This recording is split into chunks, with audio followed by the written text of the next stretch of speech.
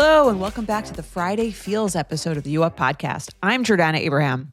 And I am Jared Freed. It is so good to be back here virtually with you, Jordana. How are you? How you feeling on a Friday? I'm feeling good. It's, starting to warm up here in this weird tundra.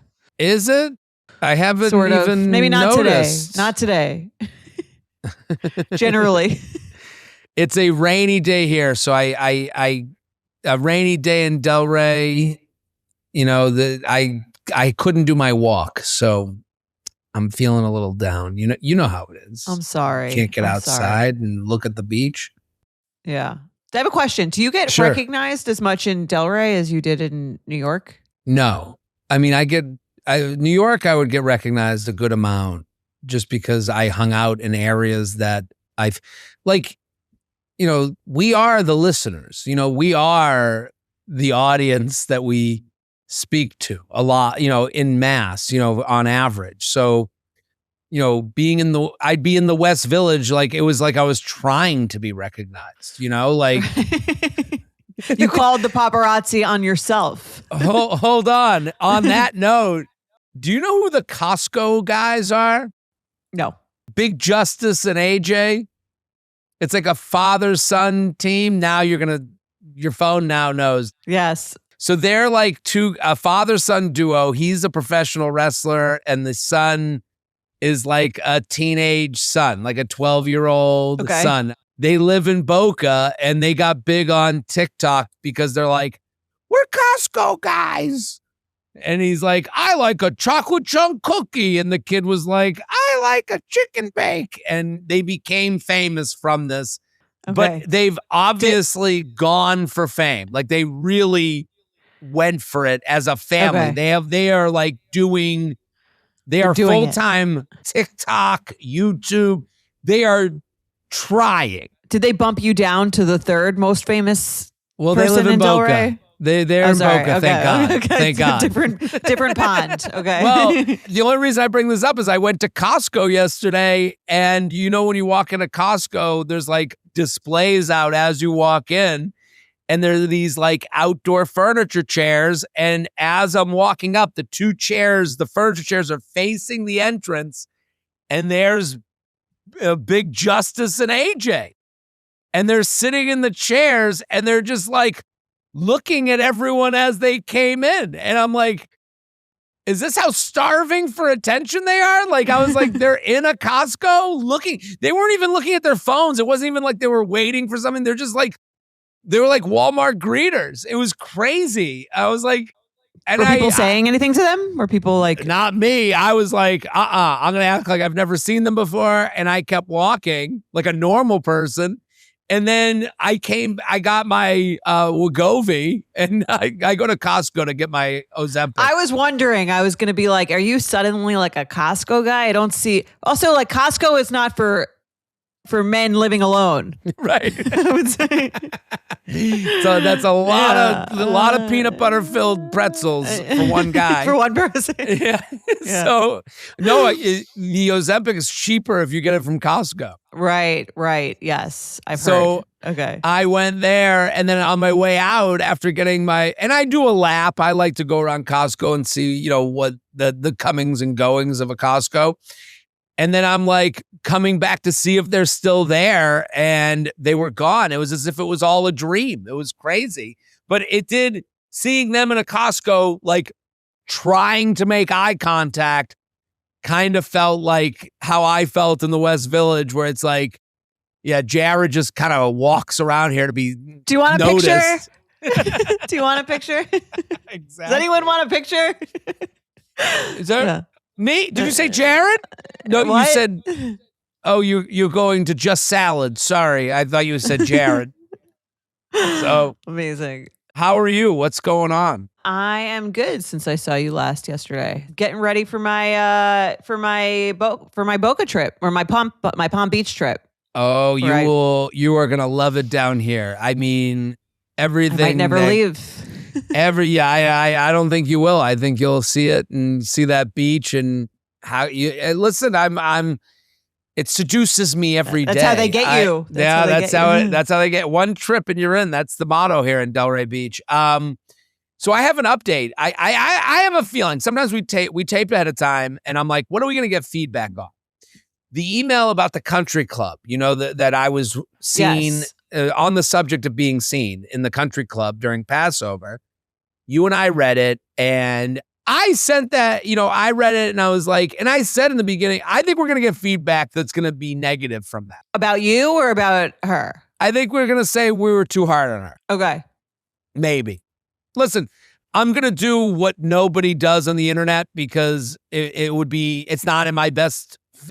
You should never apologize. You should never take a step back. You've thought about it. Okay. I'm not going to apologize, but I'm going to admit that maybe I'm on the spectrum of there being on a spectrum, their email, which they saw me at the Passover Seder and they were trying to ask us, which it didn't seem like their email was too much about asking how to fit into a family other than to like rag on country club life, which fine. Right. Well, that was my issue with it. It wasn't like, I didn't even understand what the question was. I'm happy you said that. So like, I wasn't sure but also we choose the emails to read. So like, that's not their fault. That's our fault for choosing, for having an email. And I was like, am I being sensitive? And I do think I am sensitive to people writing things online where they take a moral high ground on me. And I think people do that when they try to like down a comedian. They say, as a mother, as a person with children, they try to find a way to say that you're in the wrong. And again, this podcast is about being open, honest, and vulnerable. So I was like thinking about it, and I sent the email to some friends. And I'm like, did you guys what's their vibe from this? And I got people agreeing with us. I got a couple people said anti-Semitism, and I was like, I'm not on that side of the spectrum. I don't think it's that. They're dating someone who's seemingly Jewish at a country club. Okay, fine. But I go, that's not where my head goes, but I get it. And then I had other people go, they sound like a dick. I sent it to my brother. My brother was like, my brother thought it was fake, like they made it up. He was like, which I didn't buy, but he was like, I read it and I was like, it just felt like this person was trying to be funny and fake. And he's like, I lost interest. Okay. And I was like, okay. And then I read it to my parents last night at dinner. I read it to my parents and I was like, I just was like, what do you guys think of this email we took on the podcast? And I read it, my parents and I'm saying this, they were being weird. This was a weird reaction. They couldn't have loved the email anymore. They like loved it to the point where they wouldn't let me get a word in. They were going, it's great. She gets it. Wow, this woman, what an email. Oh my God. My dad goes, she should have written the book. You should go to her to write the book. And I go, wow. I was about to be like, because I was like looking for what they felt. I go, okay. And they go, no, they wouldn't even let me talk. They were like, no, this girl, she's right. She's right. It's people are, elbowing at the buffet. And I'm like, it almost came, I was like, why are they were like professing, like it was like they wouldn't let me talk. And I kind of let it lie. I just was like, I guess I'll move on. But I was like, they weren't offended at all. They couldn't. Well, do they identify as the people she's talking about, or are they like, those are the other people at the club that I make fun of with my other crew? This is where my brain has been working since this happened. Like I can't figure, you know what I mean? Like because I'm like, first of all, I'm like, I don't think my parents think that there is any tension between socioeconomic classes right now. I think I think they can't see that. And I see that in everything. So right. I don't think and I kind of envy them for it. They're almost like, well, they're in a bubble, like quite literally a bubble. They are in a bubble in a bubble. They are in a club that's in South Florida, that's in Florida. You know, like these are the, I'm admitting to that, but I'm like, I don't know. I wonder if like, it's like, you know how like parents can get like, you're like, that's a fake article on Facebook. And they're like, what?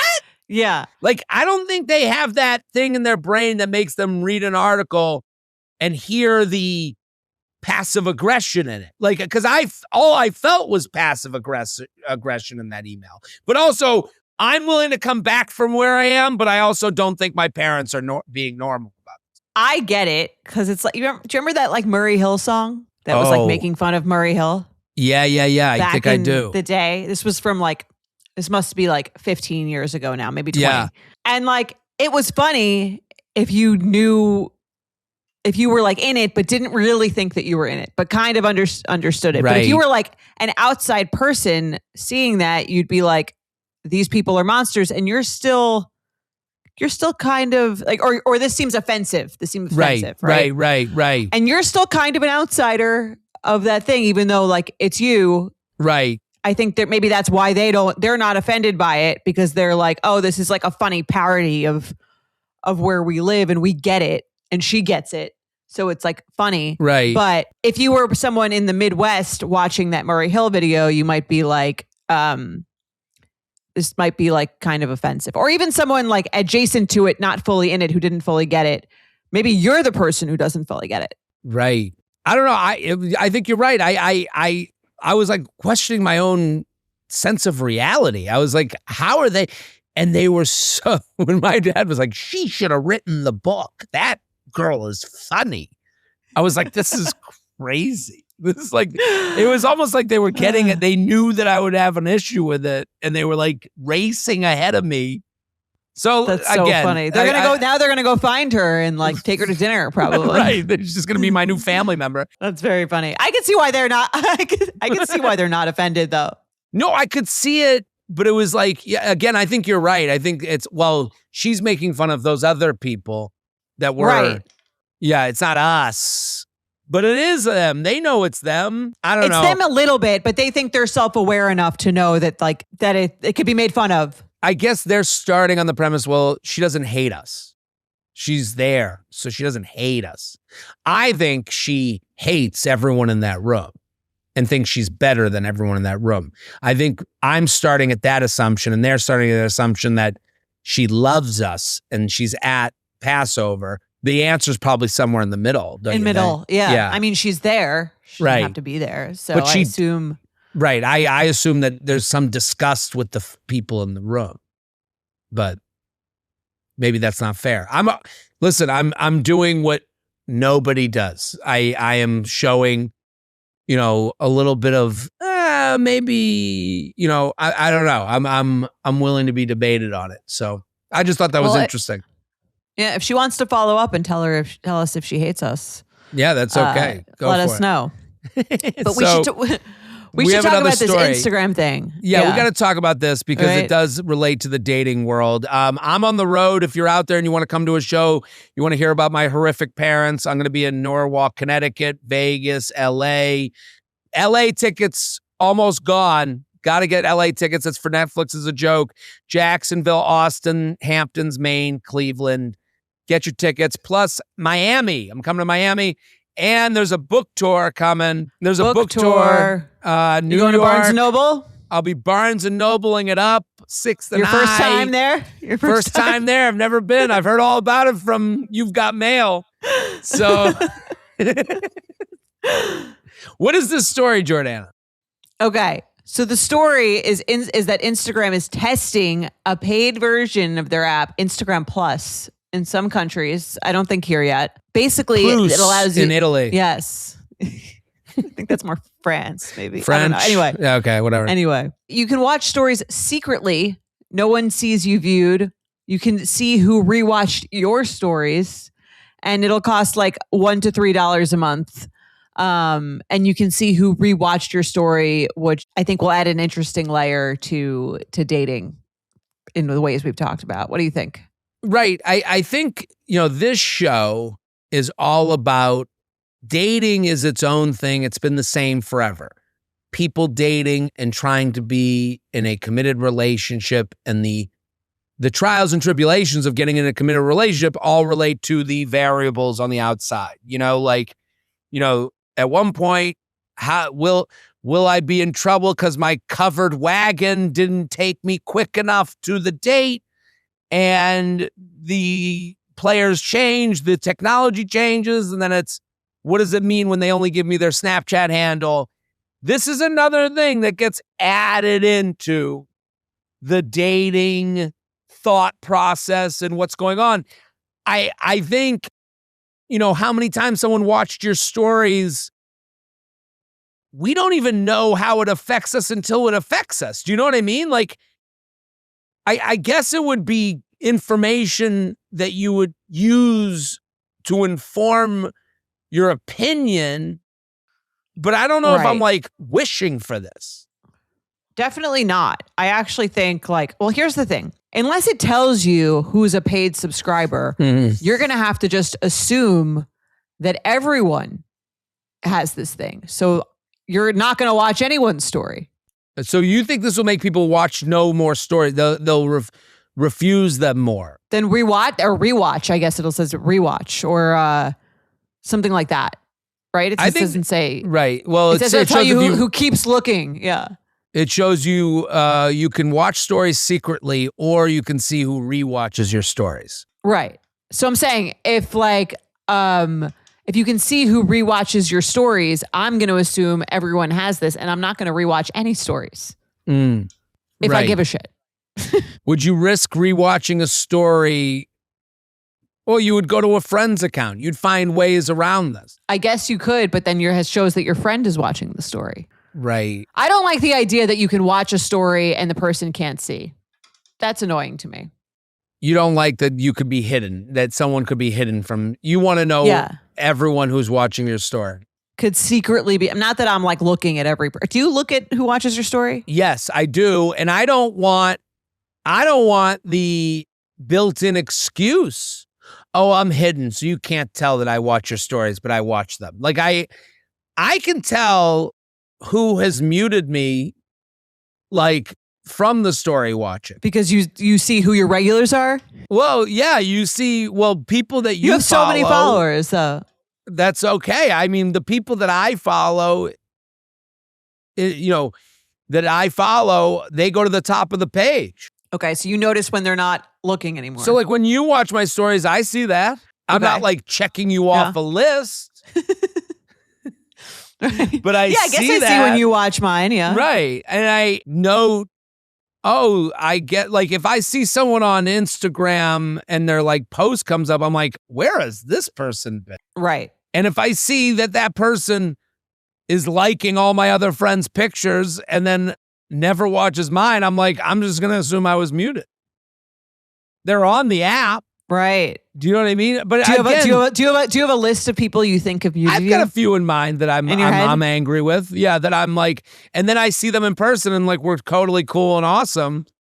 And again, this is because you can't ask. They'll just be like, I don't really go on I don't check stories. Did I tell you the story? I had a friend. I went on a podcast, and within 5 minutes of the podcast coming out, they texted me, "Oh my God, you're on my favorite podcast. I just saw." And they responded to the video. It was within 5 minutes of the clip going out. They were like, "Oh my God, I can't believe you're on this podcast." I'm like, I've been muted. Did you say something? I go, and they're like, "You're going to have to let me know when you're here." And I go, I post it all the time. Like I got annoyed with that. I kind of was like short with that. Well, but maybe it was maybe they've been falsely accused. If I was a detective, I would put my career on the line that this person. You built a case. Okay. I got a case. I got enough of a case. They're like, "You never let me know when you're at home." It's like, no. I put this out more than anything. It's very easy to check where I am. Like I don't do this thing. Nothing bothers me more than like, you got to let me know when you're, and it's like, I don't send out invites to my performances. Okay. I don't care if you don't come, but don't do the faking. Right. Do you mute people? I mute people. I mute more people than I don't. Really? So you made the cut. I feel so good. I can't believe I've made it this far. No, listen, and I can understand that like anyone can be annoying to anyone, but like, I don't know. It's hard because the reality of this all, the conversation we're having right now, is this us dealing with being the beta generation, the test generation of what does this do to our brains? Right. And when it comes to IG with these, like, I don't think we just saw there was an article or there was a court ruling that Meta didn't admit to that they were being That it's like addictive and bad for children or something. And it's like, this is one of those, and I'm like, do they do human testing? Do they check how this deals with your mental health? Like, no, they don't do any of that. Like, if this was like, this is like real shit on our brains. Yeah, they don't care. They don't care at all. And it's like, we also don't care, but then you get like 10 months away from it and you're like, I don't like how I deal with knowing that there's a paid version that makes it so that I think everyone is, seeing if I double watch, Right. Yeah. I think it's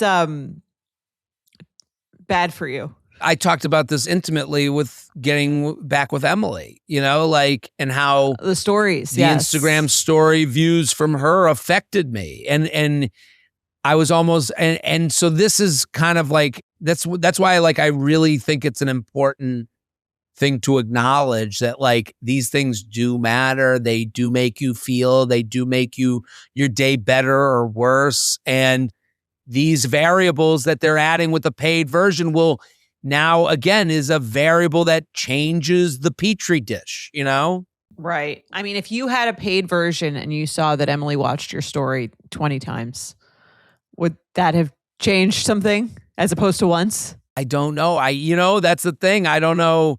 Would I be a comedian if social media didn't exist at all? Like there's like so many, right now you see all these people on TikTok making comedy videos and you're like, if they didn't have easy access, like I remember hiring a production crew to make a video I wanted to make. With a real camera. Right, like with a real camera and like a whole thing, and to submit as like an idea to be a commercial. And it's like now you can do that in your hand. And with the person who's doing it today, do it in another reality. It's hard to even like look back like that. Like if I saw Emily watch my story 20 times, and then we got together for coffee, maybe she would have to like be way more honest with me as far as how much she knew about my life, like, right. Do you know what I mean? Like, and does that take away the will they, won't they that produces human. Right. The mystery of. There's humanity that we're losing. And again, we're all engaging in these things but we're moving towards a world that hates personality, hates, people, likes lonely, makes us angry at each other. I don't know, not to be sad. I'm like, I just saw this Sam Altman. You see all these profiles on that guy who does OpenAI. Yeah. No one seems more like they need a swift punch to the face than that guy. Like one cold clock just to see what happens. I'm like, man, I don't know, these nerds that are taking over. I don't know. They really piss me off sometimes. I'm like, we should make a revenge of the cool kids. Right. Revenge of the jocks. Yeah, revenge of the jocks. Everyone remembers that football touchdown you did. That's right. TD Freed here in the flesh. So I don't know. I don't mean to go in a negative direction. I mean, this can only more. It used to be, wow, you're going to have stories. That's fun. And now more feels like negative, even though more is just more. I agree. It's a lot. I'm interested. I don't think they're going to do it, but let's see. How much would you pay for that ability? I wouldn't pay to look for at it. something without anyone seeing. It doesn't matter to me. Maybe. I guess if I was single, I'd be more. If I was cheating, I'd be more likely to do it. If I was, right. If I were cheating, I'd pay a lot. right. Yeah. Well, that's the thing. Right. That's red gonna end up flag being or an deal breaker. They pay for to look at people's stories without seeing them. Right. If your husband randomly started paying for it, I would say my detective hat. I put on my detective hat. I go, we got a problem. Yeah. I mean, if they really want to fuck with us, they should do the paid version. Lets you see who shares and screenshots your story. That's more and more. I feel smaller every day, and I feel like I'm being messed with every day. Like I'm like, what is this? Like again, but we're also taping this podcast from our own homes. Like, we get right. It's a double-edged sword. Right. It's a double-edged sword. So same with getting these functions. I have a question for you. Can I ask you a news dating question? We'll go since we're in the You Up news desk. Do you know the Patriots football coach, Mike Vrabel? No. He's the coach of the New England Patriots. Okay. There's a woman, and there's a football reporter who's been on TV on ESPN and now with the New York Times, Diana Rossini. There were pictures taken of them in Sedona at a boutique hotel with their hands, holding hands, fingers, like they were like across from each other, and their fingers were interwoven. Okay. And they said that they're just friends and they were with a bigger group.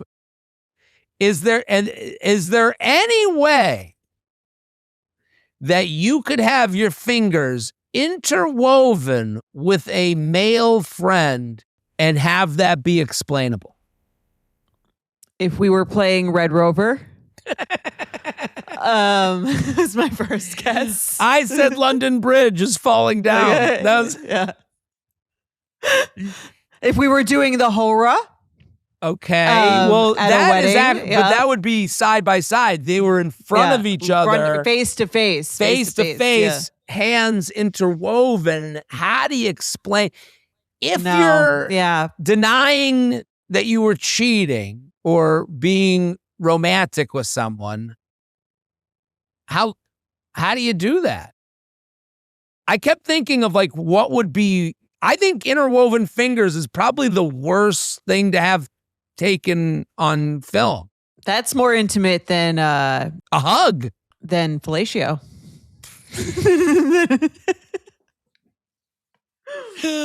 We have a picture of these two going down on each other. It's more intimate to me. She it's dropped more something intimate on his cock. Yeah.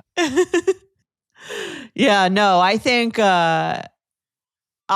no. Yeah, that would be very. That's a hard one to come back from. Right.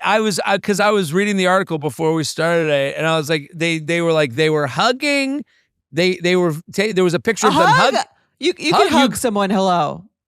She was crying about being away from her husband and kids. I had to give her a hug. Yeah, that's easy.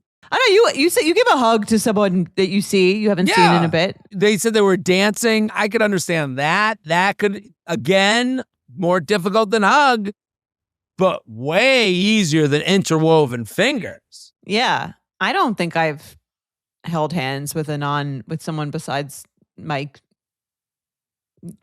since before I met him, I would say. Right. That's very intimate, yeah.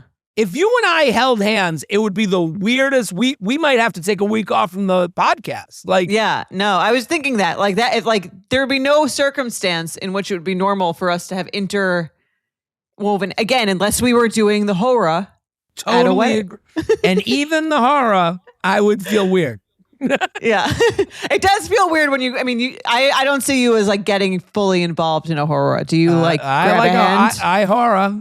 Do you grab it? Do you grab a hand and I grab a hand so that I don't have to do the chair because I'm a bigger guy. Okay. I always get put. Come on, get in, help us with the chair. I don't want to fucking help with the chair. That is an injury waiting to happen. I'm a dancer. Yeah. I'm a dancer, not a weightlifter. I'm an outside circle dancer. I'm not taking inside circle. I'm not taking chair. I'm leaving I'm living. So outside circle horror guy, do you grab someone's hand or do you wait for someone to grab yours? I wait for someone to grab mine. I'm like, oh, okay. I'm the guy. I'm the uncle that's a little bit strict. That okay, and then I let go. Okay, I'll get it. Yeah. Okay, but you're not like grabbing the hand and just running with it. Okay. That's my mom. My mom is a big horror person.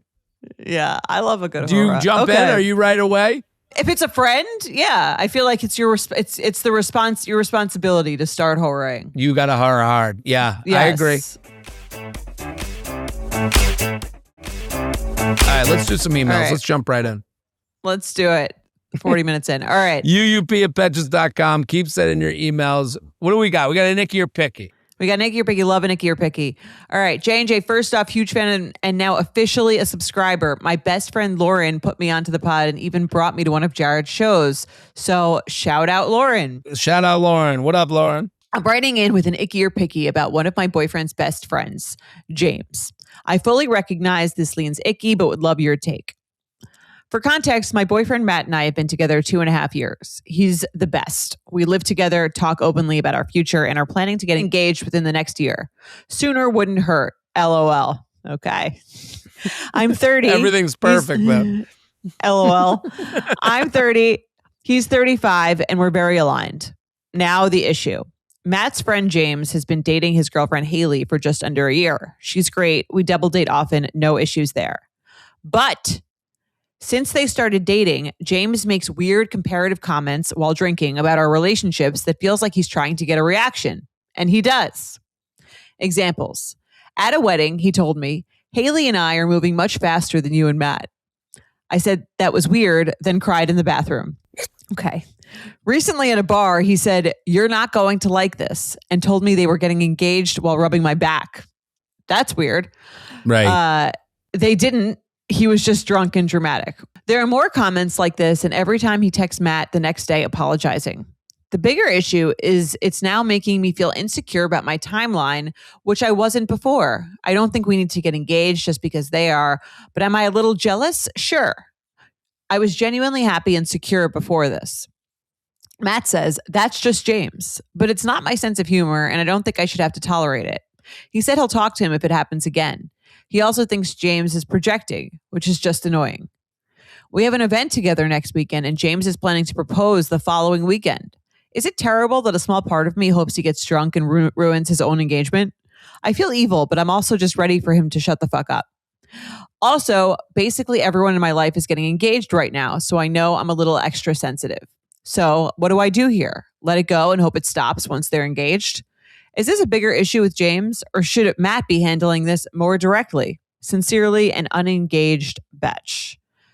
Okay. I would like to say that when the email person is lying to themselves, we've discussed that in the past. That's what I'm getting here. Really? Because she says, we're so aligned in every way. We're very aligned. You're not aligned. You want to get engaged sooner than your boyfriend does. Doesn't mean he doesn't want to get engaged, but you're not aligned. You want to get engaged now. He wants to get engaged within the year. Right. Right. So right. like, and if you're crying in the bathroom, right. If you're crying in the bathroom because someone makes a comment about how fast they're getting engaged, you're not super secure and aligned with your timeline. Would you agree these are two separate things though that we're dealing with? Like she's not okay. Yes. And also this friend sucks. Yes, both things can be true at once. I think the fact that he sucks bothers her more because it actually does annoy her that she's not engaged. Right. And I think to pretend to say we're very aligned when you're not that aligned, right, is just like is making this problem harder to solve. Right, because also she's probably not, if she's not communicating with us, she's definitely not communicating with her boyfriend. Right, but to me, it's a not so non-obvious secret because clearly the friend, James, knows this annoys her. Well, he likes that it annoys her. How does he know it annoys her? He probably knows it annoys her from his friend Matt. Right, and she's not that great at hiding it, obviously. Yes. She's crying in the bath. So like, yeah, no, I'm with you 100%. I also think that this guy, James, is like prying at her worst fear, When a woman wants to be engaged, I mean, let me, a man, tell women how they're feeling. But but it seems as though when a woman wants to be engaged, the response is always, it's embarrassing. Like even when I've broken up with women, they'll say, this is so embarrassing, which I've never thought of a breakup as being an embarrassment to go through. Here's why it's embarrassing. Yeah. It's embarrassing because I think there's a sense of like, to the outside world, it looks like you're with someone that's not as into you as you are into them. Right. And that's embarrassing for both sides, I think, in either direction. Totally. And that's what James is kind of igniting for her, is like, because the response to someone who says I'm embarrassed is no one cares. Like, hey, no one cares about us. But I would also say that everyone notices, nobody cares. As you say. As we say on this show, everyone notices, nobody cares. So James doesn't give a shit that he's pointing out your greatest insecurity. In fact, he's doing it on purpose. Right. He's doing it to get you. Yes. And this is something that before the James thing, she could probably deal with on her own because, well, it's a little embarrassing. We're not engaged yet, but it's not like anyone's noticing me.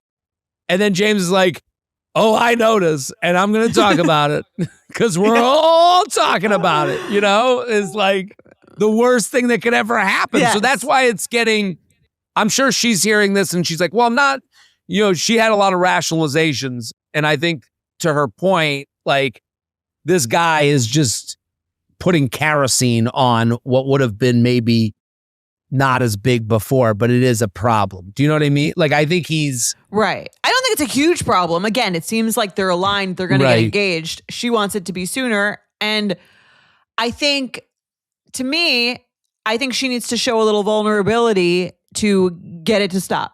Right. Well, yeah, I am not like, this is something that would be fine-ish, but not fine. But because your friend is a bad drunk, which is also has to be acknowledged, like he's a bad drunk leaning into alcoholic. If he can't go to a party without touching people and saying the thing that would make them the most angry, then he has a real issue. Yeah. That's fucked up. Like, a couple drinks in, he's going to go give shoulder rubs and tell everyone that, I heard you're having trouble having a kid. What is he? Right. Like, was he a total fucking monster? Just want you to know, we're going to have a kid probably before you. Right. What a fucked up piece of shit. He does the most evil thing possible. Yeah. No, he stinks. No doubt about that. But I think the only reason it bothers her is because there's around a problem. a million shitty guys who say stupid, idiotic, annoying things. But like, and I hear, you know what I mean? Like, I've heard that on occasion, but it's like, it's bothering her because it's hitting a nerve. And I think that's something she needs to address with her boyfriend. Right. When someone calls me short, or if someone were to ever call me short, I wouldn't be offended because that's not my insecurity. Right. You wouldn't be crying in the bathroom. Right. If someone called me fat, I'd be crying in every bathroom because that's an insecurity. So like, I think for her, I think the problem she has is she has two conversations. One, I am bothered that we're not engaged and I feel a little bit helpless here. And I just wish I had more direction on what we're doing here. Right. That's one. Two, your friend James, the thing I feel for with her is when I know someone's like, the other issue, when I know someone's like a wild card, I kind of want to like stay away from them. It kind of like ruins the whole event for me. Like, it's like when someone takes out a BB gun and starts pointing it around. You're like, whoa, right. Like, don't get away from. Let me cover my eyes. It just changes, makes everything tense. Like, I wouldn't want to be around someone who, when they're drunk, comes and prods at your biggest insecurity. So, and when he says, when she said that he calls to apologize the next day, that means he knows it's a problem. So I think it's okay to say to your boyfriend, I think, again, if this happened with my girlfriend, I'd be like, the first time I'd be like, I'll do it, then I'll talk to them the next time. I would say the same thing as this guy. Right. But if there is a next time, I think he's got to say something. Totally. I mean, to me, this would be like extra hurtful, I think, because it almost feels like she's being made fun of. Behind her back, yeah. Yes. Because why would someone just say that to someone in like, we're going to get engaged before you, and like do it to like annoy me? It means I'm annoyed. How do you know I'm annoyed? Right. It's clearly like a running thing with you. And so I'm kind of like, I would be worried, like, or thinking about what are the conversations that my boyfriend is having with James that he feels like if he's trying to be like a little, like if he's trying to fuck with me, that this is what he knows will bother me. Like, it means my boyfriend knows that I'm annoyed and he's talking about it with his friends. If I was the boyfriend, I'd be so mad because she cries in the bathroom. So obviously she doesn't mind people knowing. So like it may not have come from the boyfriend. I mean, she didn't cry in front of him. She cried in the bathroom. Well, I know, but I'm saying like there's a chance that that it isn't directly the boyfriend talking to James. It's the boyfriend having drinks with another friend who then says, yeah, I think she wants to be engaged. And he's like, not ready yet. Right. And then James weaponizes it. So it's like, I don't know. If I'm the boyfriend, I'd be fucking bullshit. I'd be like, dude, you're fucking with my life. Like, I have to clean up your mess. Like, and now we have to talk about this. Right. I'm being written about on a podcast, like. Yeah. Well, I mean, my fear if I were her would be like everyone. Yeah. Again, like kind of what we were saying in the beginning. I'm a joke because I'm with someone who is not in a big rush to marry me and I'm in a big rush to marry them. And that's kind of embarrassing. Right. I think that is an embarrassing feeling. I don't think that that's like she's crazy for feeling embarrassed by that. Listen, and if you don't get married, it is embarrassing. You should have known. How stupid are you? Again, that's not what people say, but that's that's what Jared says. That's what I say in my group chat about everyone who doesn't get married. I'm like, were you delusional? You feel like I'm with you. I think it's icky as a friend. I think your boyfriend he's got to I would do this if I were them, if I were the girlfriend. Hey, we're going to an event with your friend who gets drunk and says uncomfortable things to me. Can you set off a warning so I don't have to like tiptoe around this guy? Yeah. And I would say you can either set up a warning so I don't have to tiptoe around this guy, or you can propose before the event. Solve it whichever way. His proposal. We're going to get him back. Yes. That's the boyfriend's redemption card. The sooner you propose, the sooner this problem goes away. Gone. Yes. Having a kid to save the marriage. All right, let's do another email. uup@betches.com. This is called Weird or Whatever. And I like that title. It could be a new game here. Weird or Whatever. Yeah, love it. J&J, love everything you do. Try to spread the gospel of JJ as far as wide as possible. So let's jump right into it. I, female 30s. That's a weird way to... I, female 30s? She's a female in her 30s. 35. It's a weird way to write it. Yeah. Usually when you do the female 30, you do the exact... Okay. I, female 30 30s. and 39 are very different ages. And mindsets. Yeah. Randomly had a Friday off from work, took full advantage of it by going to a park to soak up some sunshine, have some snacks, read, and people watch. For context, I live in San Francisco and it was particularly warm that day in the city, so the park was a bit busy. As I was chilling, another young woman in her 20s, I'm guessing, set up nearby to sunbathe about 10 feet away. She wore a one-piece swimsuit and was lying in a towel. She was also very obviously wearing headphones and talking to someone on the phone. You could hear her side of the conversation. After about 30-ish minutes, a young man, also 20s, maybe early 30s, approached the woman. The conversation goes as follows. Man, excuse me, I know this is super random, but I just want to let you know that you're super beautiful. At this point, he had crouched down to be eye level with the woman. Woman, thanks. Man. Sounds like she's in. Man tries to start a conversation, but I didn't really hear exactly what was said. I'm assuming it's him asking for her number or something based on what she said. Woman, I'm actually on the phone with my partner. Man, oh my God, oh my God, oh my God, this is so embarrassing. I'm so sorry. He immediately stands up, walks up, and over the hill leaves the park. So weird or whatever, to try and shoot your shot at the park. I think for this specific scenario, it's super awkward and weird, since it was obvious the woman was not looking to engage with strangers, to me at least. But I could also see why, in general, men/people would want to shoot their shot at a park. It's a third space for people to bump into each other and potentially make a connection. Looking forward to hearing your thoughts. Sincerely, a standby Betch. What do you think, Jordana? Weird or whatever? I would say whatever to approach someone at the park, weird in the way he did it. Okay. How would he do it? I think if you're worried about coming off as, even if the hottest guy came up to me when I was like sunbathing in the park in a bathing suit, I would still be turned off by his first thing saying, hey, I don't want to interrupt, but I just want to let you know you're very beautiful. I think that's like creepy, personally. Okay. I think it's okay to start conversation. I'm okay with that. I think I think I've seen men do this before. I think it's a bad approach. Right. To alert someone that you think they're very beautiful in a public space, I think is just awkward.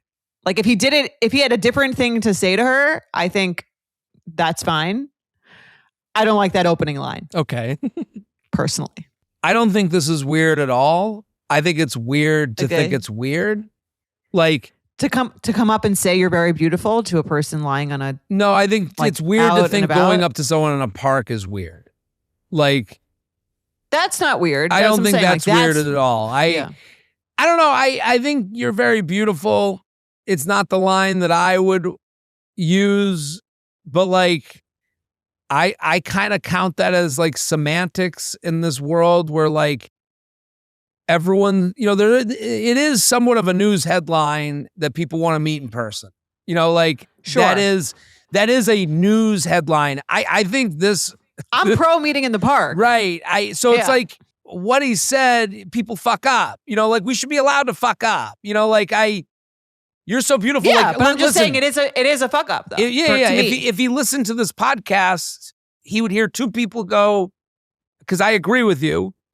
You're so beautiful. Maybe not the opener. Not the, we would say, how about initiate some sort of platonic conversation. Right. Hey, I just noticed you over here. I was drawn to you and wanted to say hello. What's going on today? Like, I think that's maybe a better way of saying I'm attracted to you. Like, yeah, hey, something that's I was not walking by. it I just had this thing where I saw you and I wanted to say hello. Hi, what's going on today? And again, someone with headphones on, I get it. Hey, I'm on the phone. No problem. Good luck with everything. I would walk. That's a time to go away. Right. But this is a public space in a crowded park. I don't know. There's like elements of this email that would be used on a conservative podcast in a destructive way. Like this is what Megyn Kelly would use to be like, you can't even go up to a woman and tell her she's pretty in a park anymore. And you'd be like, that's not what this is. You know what I mean? Like, I think like this is one of the, like a San Francisco woman objects to another woman getting approached by a man in a way that's manly. I don't know. This goes into the manosphere thing. Like I'm okay with the approach, with being approached. Right.